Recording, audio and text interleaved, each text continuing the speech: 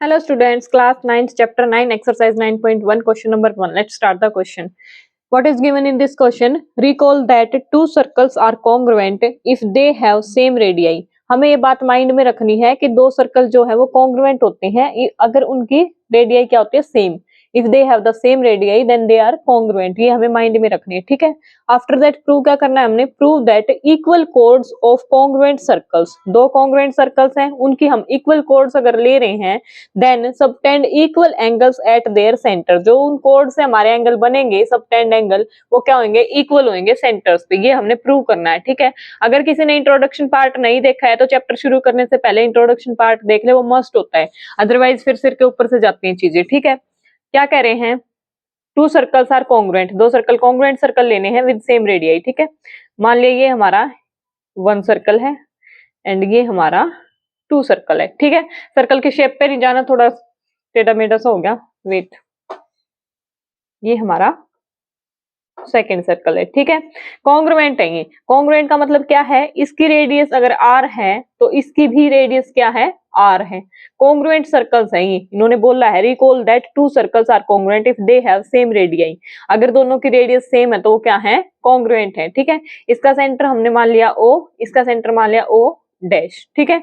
दो सर्कल्स ले लिए. प्रूव क्या करना है हमने? प्रूव दैट इक्वल कोड लेनी है ऑफ कॉन्ग्रुएंट सर्कल्स. मान लो हमने यहाँ पे ले ली कोड ये. ठीक है.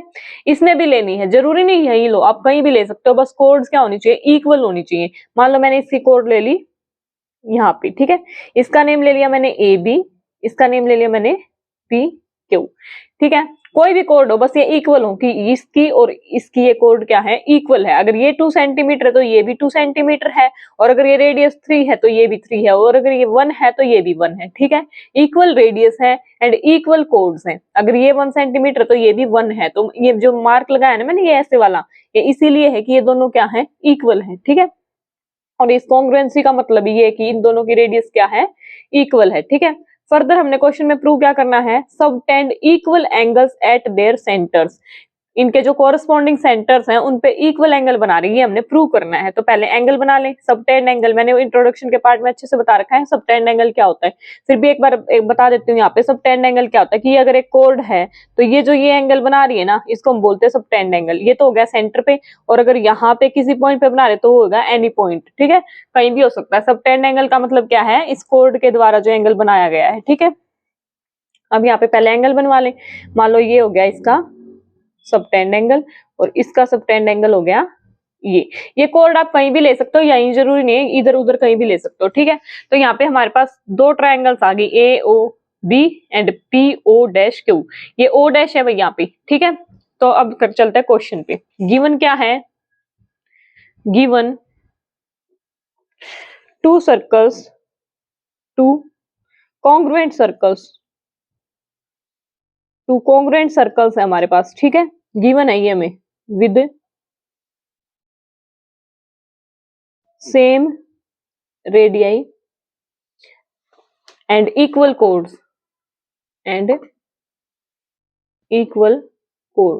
कोड भी हमें इक्वल गिवन है भाई. ठीक है. ये कोड इसके इक्वल है, ये हमें गिवन है. प्रूव क्या करना है हमने? To prove angle A O B is equals to angle P O dash Q. P O dash and Q. ये हो गया ना हमारा सबटेंडेड एंगल. और इस नेम को अगर मैं बाहर लिख दूं यहाँ से तो ये एंगल हमारा ये हो गया पी ओ डैश. ठीक है. और ये आर मैंने आपको समझाने के लिए लिखा था, इसको कर देते इरेज की. दोनों की क्या है? सेम है. ठीक है. अब देखो यहाँ से आप इस रेडियस को भी हटा भी सकते हो यहाँ से, ये जस्ट समझाने के लिए था. ठीक है. ये समझाने के लिए था. ये होगी हमारी फिगर. वो रेडियस मैंने सिर्फ आपको समझाने के लिए ली थी. ठीक है. तो ये होगी हमारी फिगर. अब देखो टू प्रूव क्या करना है? A O B and P O dash Q. ये प्रूव करना है. प्रूफ देखेंगे हमें. अभी पीछे जिसने ट्रायंगल का अगर चैप्टर किया हुआ है तो वो बहुत अच्छे से समझ गया होगा. हमारे पास यहाँ पे दो ट्रायंगल्स बन गई, एक ये ट्रायंगल और एक ये ट्रायंगल. दो ट्रायंगल्स दिख रही है हमें. अगर हम इन दोनों ट्रायंगल्स को कॉन्ग्रुएंट प्रूव कर दें तो बाय सिंपलिसिटी हमारे एंगल प्रूव हो जाएंगे. तो बेसिकली हमें क्या करना है? इन ट्रायंगल्स को कॉन्ग्रुएंट प्रूव करना है. ठीक है. जिनको कॉन्ग्रुएंट प्रूव करना है वही ट्रायंगल लेंगे. तो क्या लेंगे? In triangle A O B and triangle PO dash Q, PO dash Q। ठीक है, देखो AO is equals to PO dash हो जाएगा हमारा, this one equals to this. ये क्या है, हमारी रेडियस नहीं है, यहां से यहां तक हमारी रेडियस ही तो है ना ये सर्कल की, और ये भी क्या है, हमारी रेडियस है सर्कल की। और रेडियस इसने क्या बोला है, equal, if they have same radius, equal radius. ठीक है, वो पहले जो मैंने यहाँ पे RR लिख के दिखाया था वो इसीलिए लिख के दिखाया था कि ये क्या है, सेम है। तो क्या लिखेंगे, AO is equals to PO dash radius of congruent circles, congruent circles की रेडियस है। ठीक है,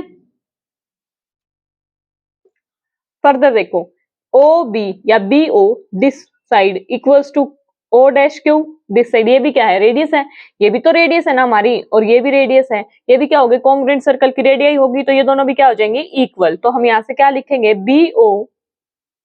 BO is equals to QO dash, QO dash. Reason क्या रहेगा, same, radius of the congruent circles, radius of congruent circles.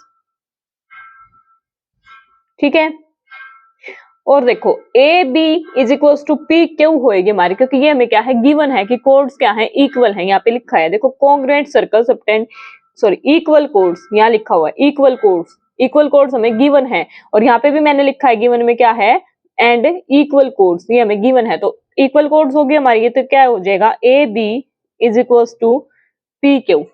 ठीक है, अब देखो हमने तीन चीजें इक्वल प्रूव कर दी, जब तीन चीजें इक्वल प्रूव कर देते हैं तो हमारी ट्रायंगल क्या हो जाती है, कॉन्ग्रुएंट प्रूव। तो हमारी ट्रायंगल यहाँ से कॉन्ग्रुएंट तो प्रूव हो जाएगी, लेकिन रूल कौन सा लगेगा हमारा, this one side, side and side, तो S रूल हो जाएगा हमारा, हमने तीनों साइड ली है। तो triangle AOB is equals to congruent to triangle PO dash Q, which rule, S rule, क्योंकि हमने तीनों क्या ली है, साइड ली है। अब बेसिक सी बात बच गई भाई, ट्रायंगल कॉन्ग्रुएंट प्रूव होगी तो बाय सिम्प्लिसिटी एंगल हमारे हो जाएंगे इक्वल प्रूव। तो हम यहाँ पे क्या लिखेंगे, angle AOB is equals to angle PO dash Q by simplicity. Simplicity क्या होता है हमारा, किसी को याद हो तो, corresponding parts of congruent triangles. ठीक है, ये हमने क्वेश्चन में प्रूव करना था कि ये एंगल इस एंगल के इक्वल है, तो यहाँ से हम क्या लिख सकते हैं, equal chords of congruent circle subtend equal angles at there centres. यहाँ पे नीचे लिख देंगे हम, यहाँ पे क्या लिख देंगे, अगर हमने ये प्रूव कर दिया है, इसका मतलब क्या हुआ, equal chords of congruent circles, congruent circles subtend equal angle, subtend equal angles at there centres. ठीक है, यही हमने क्वेश्चन में प्रूव करना था। यहाँ तक हो गया हमारा क्वेश्चन सॉल्व। वीडियो पसंद आए, क्वेश्चन समझ आए तो वीडियो को लाइक कर देना, चैनल को सब्सक्राइब कर देना। मिलते हैं हम अपनी नेक्स्ट वीडियो में। Thank you.